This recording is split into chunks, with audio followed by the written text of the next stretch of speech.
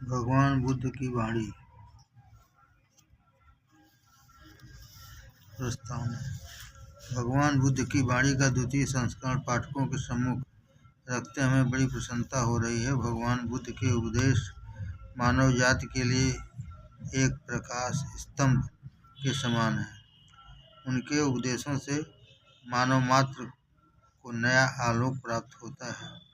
4 आर्य सत्य, पंचशील, अष्टांग मार्ग, ध्यान, करुणा, सेवा इत्यादि के संबंध में उनके जो सारगर्भ वचन है, उनसे जीवन उन्नत बनाने के लिए सभी को मार्गदर्शन मिलता है।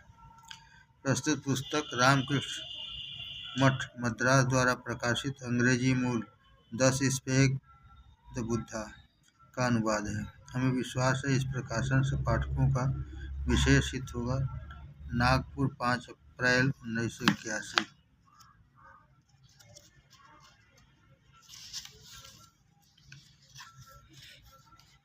भगवान बुद्ध की वाणी।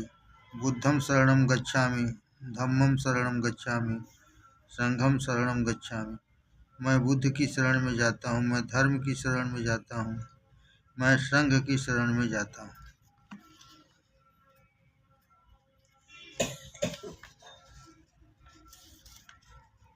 स्तुति।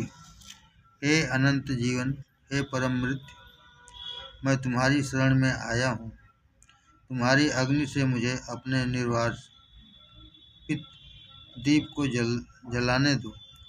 मेरे भ्रू पर अपनी महिमा चिन्हित करके तुम मेरी लज्जा को सर्वदा के लिए मिटा दो।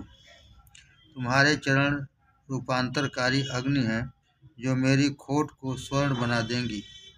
मेरे भीतर की सारी कलौश आग में भस्मीभूत हो जाए और भ्रमजाल विदीर्ण हो उठे।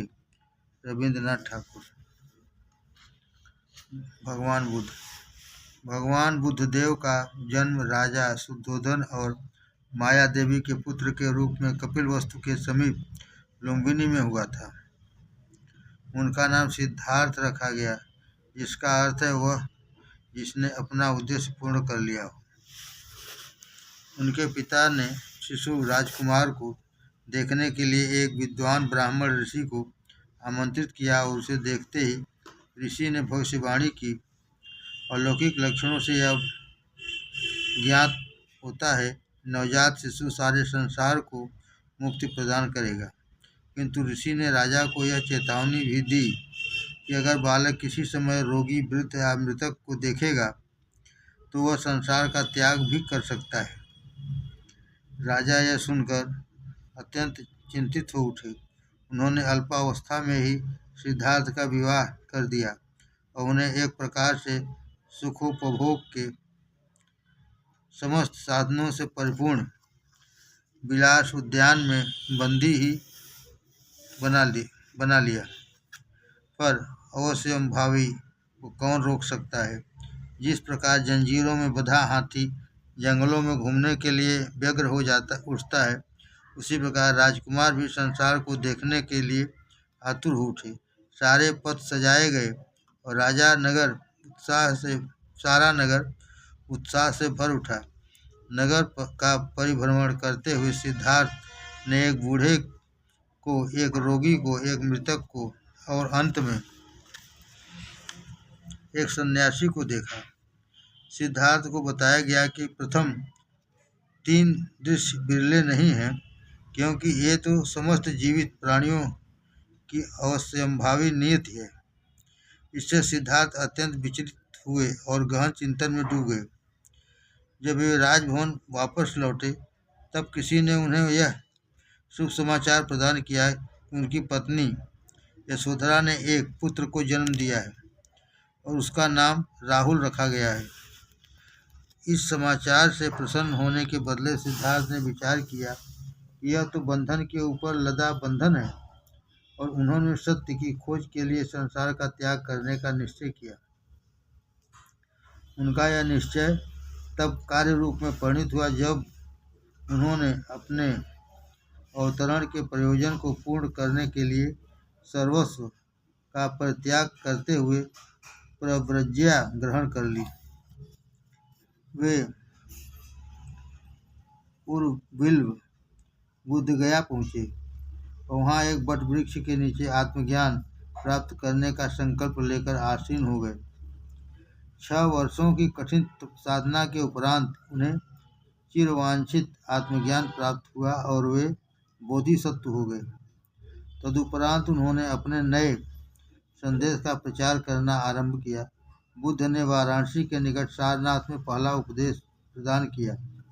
अपने महान संदेशों का पूरे 45 वर्षों तक प्रचार करते हुए तथा एक सुव्यवस्थित संघ की स्थापना के द्वारा उन्होंने अपने अवतरण के उद्देश्य को पूर्ण किया। तदुपरांत वैशाख पूर्णिमा को 80 वर्ष की प्रौढ़ अवस्था में कुशीनगर में उनका महापरिनिर्वाण हुआ। यह दिन तिगुना पुनीत माना जाता है क्योंकि इसी दिन वे उत्पन्न हुए थे तथा इसी दिन उन्होंने बोध प्राप्त किया था। भगवान बुद्ध ने महापरिनिर्वाण में कहा है, वह स्थान जहाँ जिन्होंने जन्म लिया अर्थात लुम्बिनी, वह स्थान जहाँ उन्होंने स्वयं बोधत्व प्राप्त किया अर्थात बुद्ध गया, वह स्थान जहाँ उन्होंने धम्मचक्र पवत्तन सूत्र प्रथम उपदेश दिया अर्थात सारनाथ या इसी पत्तन, और चौथा वह स्थान जहाँ उन्होंने महापरिनिर्वाण ग्रहण किया अर्थात कुशीनारा। ये ऐसे स्थान हैं जो धार्मिक प्रेरणा और प्रायश्चित की भावना का संचार करते हैं तथा उन लोगों के लिए तीर्थ हैं जो उन पर विश्वास करते हैं। यद्यपि हम प्रकट रूप से बौद्ध नहीं हैं, तथापि हम बुद्ध को 10 अवतारों में से एक मानते हैं। यद्यपि हम प्रकट रूप से बौद्ध नहीं हैं, तथापि हम बुद्ध को 10 अवतारों में से एक मानते हैं। महात्मा गांधी के अनुसार बुद्ध के उपदेशों का प्रमुख भाग आज हिंदू धर्म का एक अपरिहार्य अंग बन गया है। गौतम बुद्ध ने हिंदू धर्म में जो महान सुधार किया है, उससे विरत होना या उसके विपरीत कार्य करना आज हिंदू भारत के लिए असंभव है। उन्होंने अपने महान त्याग, अपने महान वैराग्य तथा अपनी चरम पवित्रता के द्वारा हिंदू धर्म पर अमिट छाप छोड़ी है तथा हिंदू धर्म इस महान उपदेष्टा का चिरंतन ऋणी है। गौतम हिंदू धर्म के सर्वोत्कृष्ट तत्वों से परिपूर्ण थे तथा उन्होंने वेदों में गढ़े हुए उन कुछ उपदेशों को पुनर्जीवित किया जो कचरे के साथ लिपटे हुए थे। वे केवल एशिया की ज्योति ही नहीं थे, अपितु सारे संसार की ज्योति थे। मानवता के आध्यात्मिक एवं सांस्कृतिक उन्नयन के लिए उनका अवदान महान तथा अपरिमेय है। उनके जीवन एवं उपदेशों ने लक्ष लोगों के दैनंदिन जीवन तथा चिंतन को प्रभावित किया है। हमारी प्रार्थना है कि प्रेम और करुणा के मूर्तिमान विग्रह भगवान बुद्ध अपनी कृपा वर्षा हम सब पर करें। भगवान बुद्ध के संबंध में स्वामी विवेकानंद के उद्गार। निष्कर्ष के रूप में मैं तुम लोगों को एक ऐसे व्यक्ति के संबंध में कुछ बातें बताना चाहता हूँ जिसने कर्मयोग के उपदेशों को यथार्थ रूप से व्यवहार में उतारा है। वह व्यक्ति है बुद्ध। वे ही एक ऐसे अद्वितीय पुरुष हैं जिन्होंने इसे पूर्णतया व्यवहार में उतारा है। बुद्ध के अतिरिक्त संसार में और जितने पैगंबर हुए, वे बाह्य कारणों से प्रेरित होकर निष्काम कर्म की ओर बढ़े, पर बुद्ध अहेतुक कार्य करने वाले आदर्श कर्मयोगी हैं और मानवता का इतिहास उन्हें ऐसे महान पुरुष के रूप में प्रदर्शित करता है जितना महान इस धरती पर और कभी पैदा नहीं हुआ। वे अतुलनीय हैं। उनके समान हृदय और मस्तिष्क का समन्वय करने वाले और कोई नहीं हुआ। मस्तिष्क का समन्वय करने वाले और कोई नहीं हुआ। उनमें आत्मशक्ति का जितना प्रकाशन हुआ उतना और कभी किसी में नहीं हुआ। बौद्ध धर्म ऐतिहासिक सृष्टि से सबसे महत्वपूर्ण धर्म है, पर हाँ, ऐतिहासिक दृष्टि से दार्शनिक दृष्टि से नहीं, क्योंकि वह संसार में घटित होने वाला बृहत्तम धार्मिक आंदोलन था। मानव समाज पर फूट पड़ने वाली विराटतम आध्यात्मिक लहर थी। 4 आर्य सत्य। दुख है, दुख का कारण है, दुख का निदान है, वह मार्ग है जिससे दुख का निदान होता है। पंचशील। हत्या न करने का धर्मादेश ग्रहण करो, चोरी न करने का धर्मादेश ग्रहण करो, व्यभिचार न करने का धर्मादेश ग्रहण करो, असत्य न बोलने का धर्मादेश ग्रहण करो, मद्यपान न करने का धर्मादेश ग्रहण करो। पंचशील। हत्या न करने का धर्मादेश ग्रहण करो, चोरी न करने का धर्मादेश ग्रहण करो, व्यभिचार न करने का धर्मादेश ग्रहण करो, असत्य न बोलने का धर्मादेश ग्रहण करो, मद्यपान न करने का धर्मादेश ग्रहण करो। अष्टांगिक मार्ग।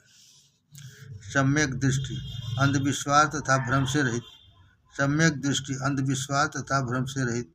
सम्यक संकल्प, उच्च तथा बुद्धियुक्त। सम्यक वचन, नम्र, उन्मुक्त, सत्यनिष्ठ। सम्यक कर्मांत, शांतिपूर्ण, निष्ठापूर्ण, पवित्र। सम्यक आजीव, किसी भी प्राणी को आघात या हानि न पहुंचाना। छठवां, सम्यक व्यायाम, आत्म प्रशिक्षण एवं आत्मनिग्रह हेतु। सम्यक स्मृति, सक्रिय सचेतन मन। सम्यक समाधि, जीवन की यथार्थता पर गहन ध्यान। बुद्ध की आज्ञाएं। हत्या न कर, चोरी न कर, व्यभिचार न कर, झूठ मत बोल, निंदा न कर, कर्कश न बोल, व्यर्थ बात मत कर, दूसरों की संपत्ति का लोभ न कर, घृणा न दिखा, सम्यक रूप से विचार कर।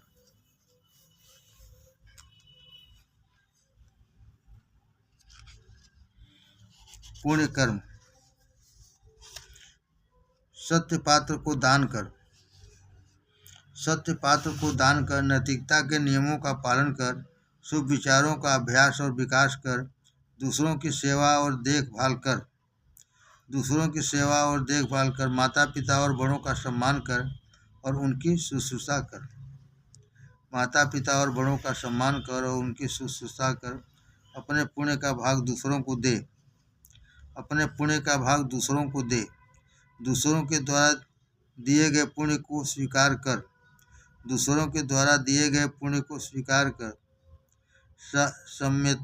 सम्यकता के सिद्धांत का श्रवण कर, सम्यकता के सिद्धांत का प्रचार कर, अपनी त्रुटियों का सुधार कर। 3 चेतावनियाँ।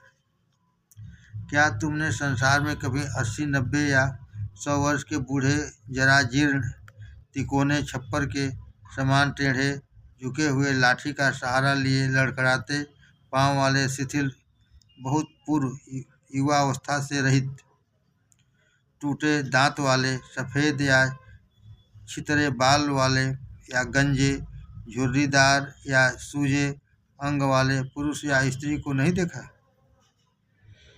और क्या तुम्हारे मन में यह विचार कभी नहीं उठा कि तुम्हारा भी क्षय होगा और तुम इससे बच नहीं सकते?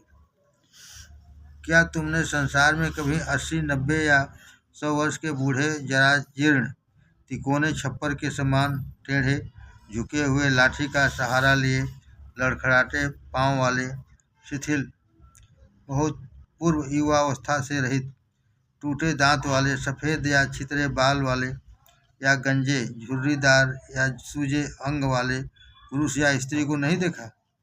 और क्या तुम्हारे मन में यह विचार कभी नहीं उठा तुम्हारा भी क्षय होगा और तुम इससे बच नहीं सकते?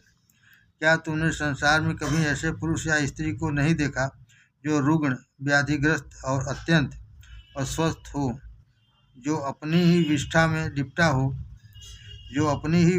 लिपटा हो और जिसे कुछ लोग उठाते और कुछ लोग खाट पर सुलाते हों? और क्या तुम्हारे मन में यह विचार कभी नहीं उठा कि तुम भी रुग्ण हो सकते हो और तुम इससे बच नहीं सकते।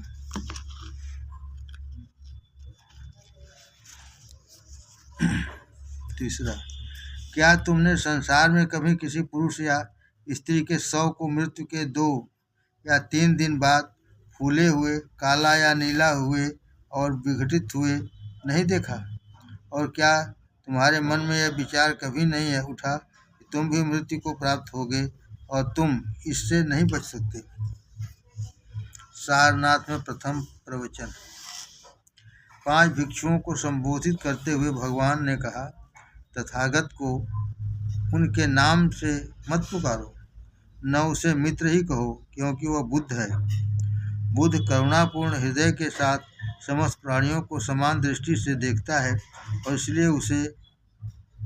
इसलिए वे उसे पिता कहते हैं। पिता का अनादर करना अनुचित है, उसका अवमानना करना पाप है। तथागत तितिक्षा के द्वारा निर्वाण की खोज नहीं करता, किंतु इस कारण तुम्हें यह भी नहीं सोचना चाहिए कि वह सांसारिक सुखों में लीन है, और न यह कि वह प्रचुरता में ही जी रहा है। तथागत ने मध्यम मार्ग की प्राप्ति की है। जो व्यक्ति भ्रम से मुक्त नहीं है, वह न तो मछली छोड़ने से पवित्र हो सकता है और न मांस छोड़ने से।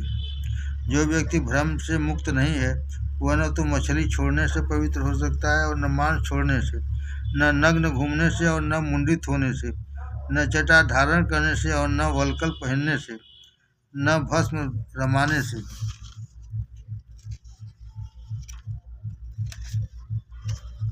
और न ही अग्नि को आहुति देने से। जिस व्यक्ति के भ्रम नाश नहीं हुआ है, वह वेद पाठ से, पुरोहितों को दान करने या देवताओं को बलि देने से, उत्पात या शीत के द्वारा आत्मपीड़न करने से और अमर होने के लिए किए जाने वाले इस प्रकार के अनेक कष्टमय विधानों को संपन्न करने से पवित्र नहीं हो सकता। मांस भक्षण से अपवित्रता का जन्म नहीं होता। प्रत्युत क्रोध, प्रमाद, हठ, व्यभिचार, छल, ईर्ष्या, आत्मप्रशंसा, दूसरों की निंदा, उद्धतता और अशुभ अभिप्रायों से अपवित्रता जन्म लेती है। मांस भक्षण से अपवित्रता का जन्म नहीं होता। प्रत्युत क्रोध, प्रमाद, हठ, व्यभिचार, छल, ईर्ष्या, आत्मप्रशंसा, दूसरों की निंदा, उद्धतता और अशुभ अभिप्रायों से अपवित्रता जन्म लेती है। हे भिक्षुओं, मैं तुम्हें उस मध्यम मार्ग की शिक्षा देता हूँ जो दोनों प्रतिवादों से रहित है।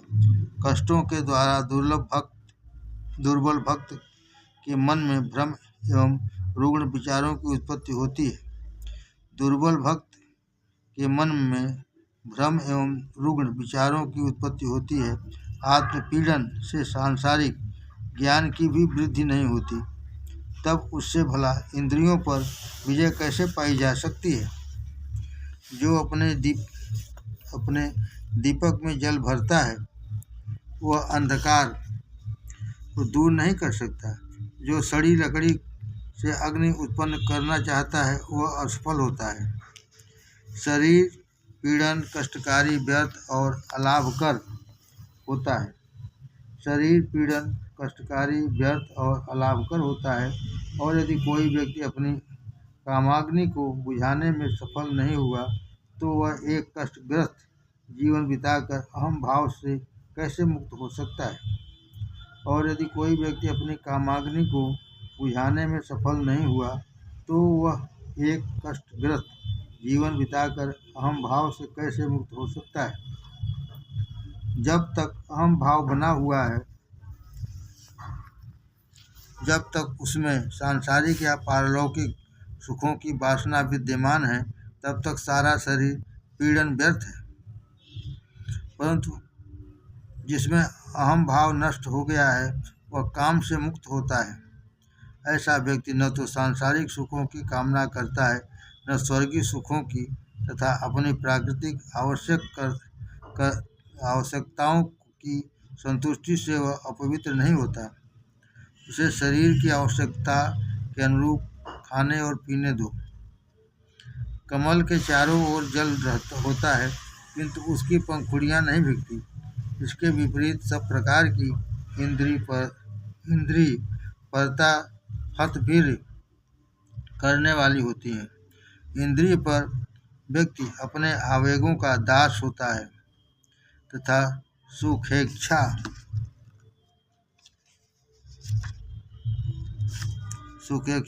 पतनकारी और प्राकृतिक होती है। किंतु जीवन की अनिवार्य आवश्यकताओं की संतुष्टि करना पाप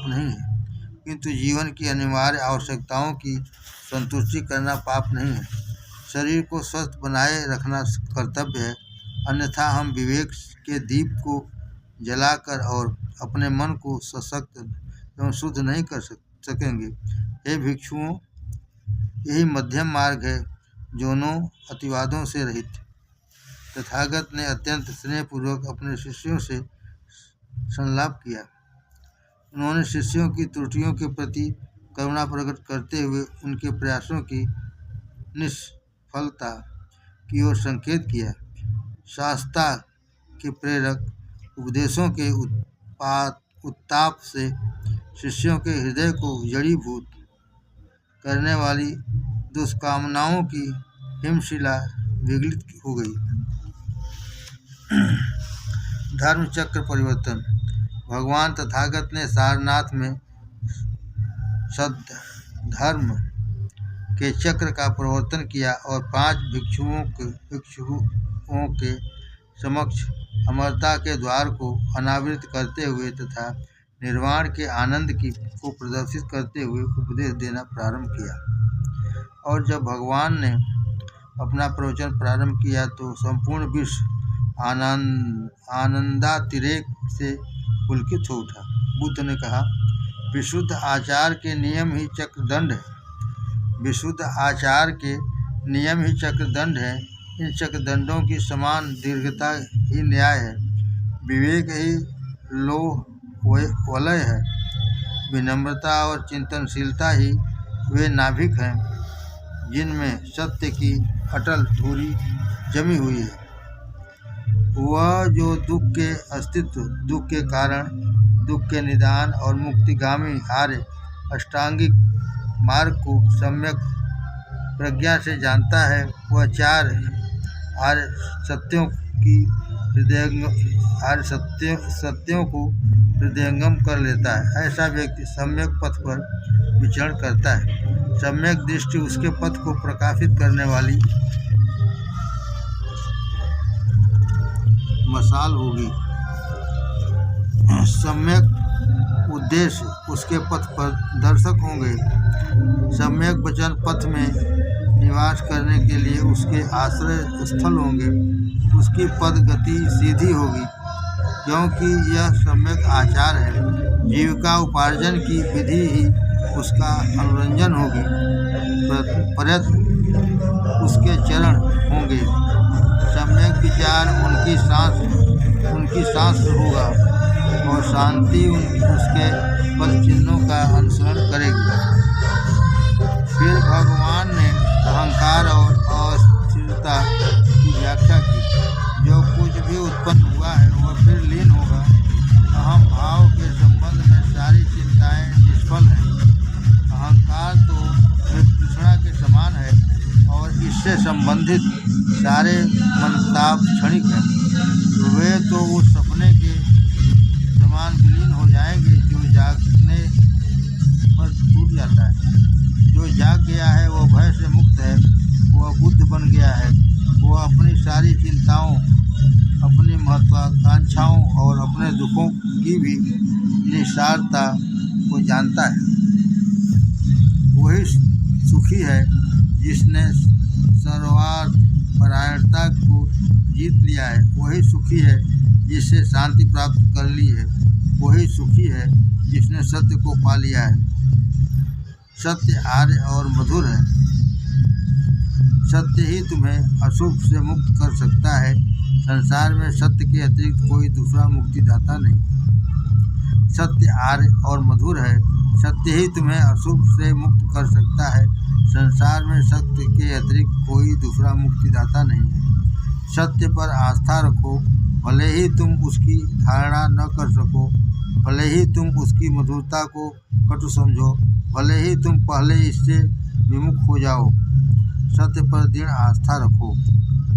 सत्य जैसा है वह वैसे ही सर्वोत्कृष्ट है, क्योंकि इसमें परिवर्तन नहीं कर सकता, न कोई उसमें सुधार कर सकता है। कोई इसमें परिवर्तन नहीं कर सकता, न कोई इसमें सुधार कर सकता है ही कर सकता है। सत्य पर आस्था रखो और उसे जीवन में उतारो। सत्य जैसा है वो वैसे ही सर्वोत्कृष्ट है। कोई इसमें परिवर्तन नहीं कर सकता, न कोई उसमें सुधार ही कर सकता है। सत्य पर आस्था रखो और उसे जीवन में उतारो। त्रुटियां विषयगामी बनाती हैं, भ्रमों से विपत्तियां उत्पन्न होती हैं। ये भ्रम तीखी सुरा के समान प्रसन्न करते हैं, परंतु वे शीघ्र ही विलीन हो जाते हैं और तुम्हें रुग्ण और अवसाद से मुक्त कर पाते हैं। आत्मभाव एक ज्वर है। आत्मभाव एक क्षणिक दृश्य है, एक सपना है, किंतु सत्य पूर्ण होता है, सत्य उदात्त होता है, सत्य चिरंतन होता है। सत्य के अतिरिक्त अमरता कहीं नहीं होती, क्योंकि सत्य ही सार्वकालिक होता है। अगर व्यक्ति अकेला हो और सत्य का अनुगमन करने का संकल्प करे तो वह दुर्बल हो सकता है और विचलित होकर फिर अपने पुराने रास्ते पर चल सकता है। इसलिए तुम लोग साथ साथ खड़े हो, एक दूसरे की सहायता करो, एक दूसरे के प्रयासों को सशक्त करो। तुम लोग परस्पर भाइयों के समान प्रेम में, एक पवित्रता में, एक और सत्य के लिए उद्यम में एक बनो। संसार के सभी भागों में सत्य का प्रसार और सद्धर्म का प्रचार करो, ताकि अंत में समस्त प्राणी धर्मराज से नागरिक हो जाएं। संसार के सभी भागों में सत्य का प्रसार और सद्धर्म का प्रचार करो, ताकि अंत में समस्त प्राणी धर्मराज्य के नागरिक हो जाएं। दुखों से निवृत्त होने के लिए पवित्र जीवन बिताओ।